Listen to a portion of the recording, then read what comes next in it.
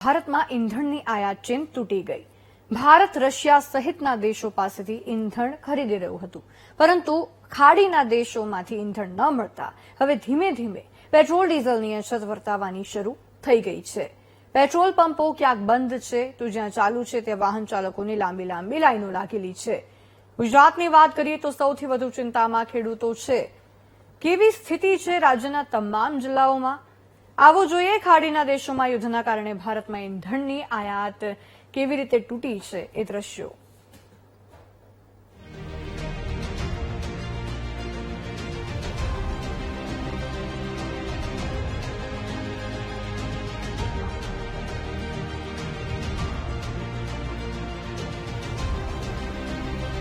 Line line line.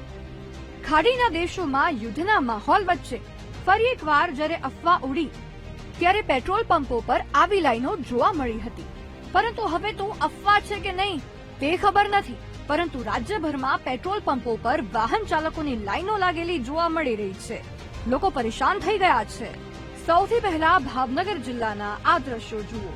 Petrol pump પર લોકો એક તરફ કેરબા લઈને ડીઝલ લેવા માટે લાઈનમાં લાગ્યા છે, જે લાઈન પેટ્રોલ પંપથી મેઇન રોડ સુધી લંબાયેલી છે. વારો આવશે કે નહીં તે પણ લોકો નથી જાણતા.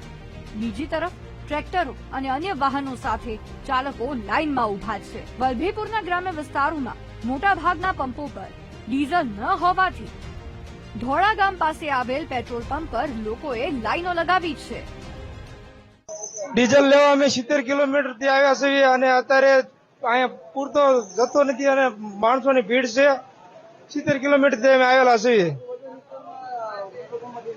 કોઈ જગ્યાએ ડીઝલ અત્યારે હાલમાં ઉપલબ્ધ નથી અને માણસોને ખેતી કરવી કઈ રીતે કરવી ખેતી. માત્ર ભાવનગર જિલ્લામાં જ નહીં, અડીને આવેલા અમરેલી જિલ્લામાં પણ પેટ્રોલ પંપો પર ખેડૂતોની લાઈનો લાગી છે. આ દ્રશ્યો રાજુલા સાવરકુંડલા રોડ પર આવેલા પેટ્રોલ પંપના છે, જ્યાં છેલ્લા 5 દિવસથી ખેડૂતો ડીઝલ માટે ધક્કા ખાઈ રહ્યા છે. 2 કિલોમીટર સુધી ટ્રેક્ટરોની લાઈનો જોવા મળી. લોકો મોડી રાતથી જ ડીઝલ માટે લાઈનોમાં લાગેલા જોવા મળ્યા. મોરબી જિલ્લામાં પણ ડીઝલની અછત ખેડૂતો માટે ચિંતાનો વિષય બની ગઈ છે. આ લાઈનો જોઈને તમને પણ ખેડૂતોની વ્યથા સમજાઈ જશે.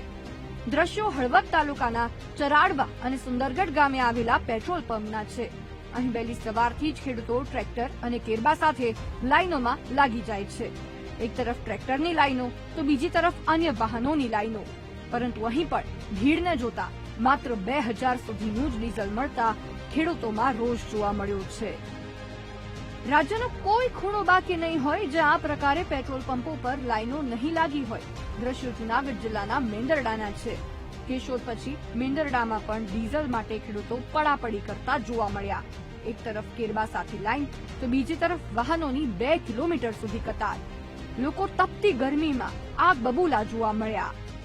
ખેડૂત જ છીએ, 9-10 વીઘા જમીન છે. અમે 5 વાગ્યાના અહીંયા ઉભા છીએ, પણ કોઈ કાંઈ આમાંથી એક્શન લેતું નથી.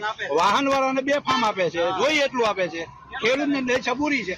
ખાતર બી આની અંદર જો તો ડુપ્લિકેટ છે, દૂધ ડુપ્લિકેટ, એની આરે કોઈ એક્શન લેતું નથી. કાંઈ ખેડૂત જ લાઈનમાં છે. તમે જોવો આ લાઈનની અંદર તમે જોઈ લો, કોઈ પણ વ્યક્તિ એક બીજો કોઈ હોય તો જોવો. આમ સિવાય ખેડૂત સિવાય ખાતરમાં ખેડૂત, ડીઝલ પેટ્રોલમાં ખેડૂત સિવાય કોઈ આ સરકારને હાથમાં આવ્યું નથી. કાયમિકનું અમારે 50 લીટરની જરૂર હોય છે, એની જગ્યાએ અત્યારે 10 લીટર અમને ખેડૂતને મળે છે. 6 વાગ્યાના લાઈનમાં ઉભા છીએ. મુસીબત અધોગતિ છે અટાણે. અમારે મોસમ પતાવી તો કઈ રીતે પતાવીએ? અમારે સુરેન્દ્રનગર જિલ્લામાં પણ સ્થિતિ કપરી જોવા મળી છે. સાયલા હોય, વઢવાણ હોય કે દસાડા, દરેક જગ્યા પર પેટ્રોલ પંપો પર લાઈનો જોવા મળી રહી છે. ખેડૂતોની સાથે સાથે ડમ્પર ચાલકો અને અન્ય વાહન ચાલકો 5-5 કલાક લાઈનોમાં ઉભા રહેવા પર મર્યાદિત માત્રામાં એમને ડીઝલ મળી રહ્યું છે. આમ ખેડૂતોથી લઈને ટ્રાન્સપોર્ટરો સહિતના લોકો ડીઝલ ન મળવા પર પરેશાન છે. હવે લાઈનોનો અંત ક્યારે આવશે તે જોવું રહ્યું. Bureau report.